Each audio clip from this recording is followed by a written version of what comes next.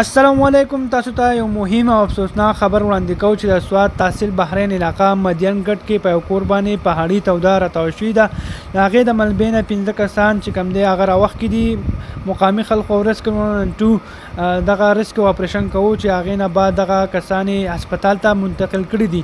د ډاکټرانو د وینا مطابق چې په هغې کې 2 ماشومان جان بحق دي او 3 کسان پکې زخمیان دي. علاج معالجه د هغو هم شروع ده. تاسو ته معلومه وي چې په سوات کې د پرون نه پرایسته ده هم په وقفه سره بارانونو سلسله شروع ده.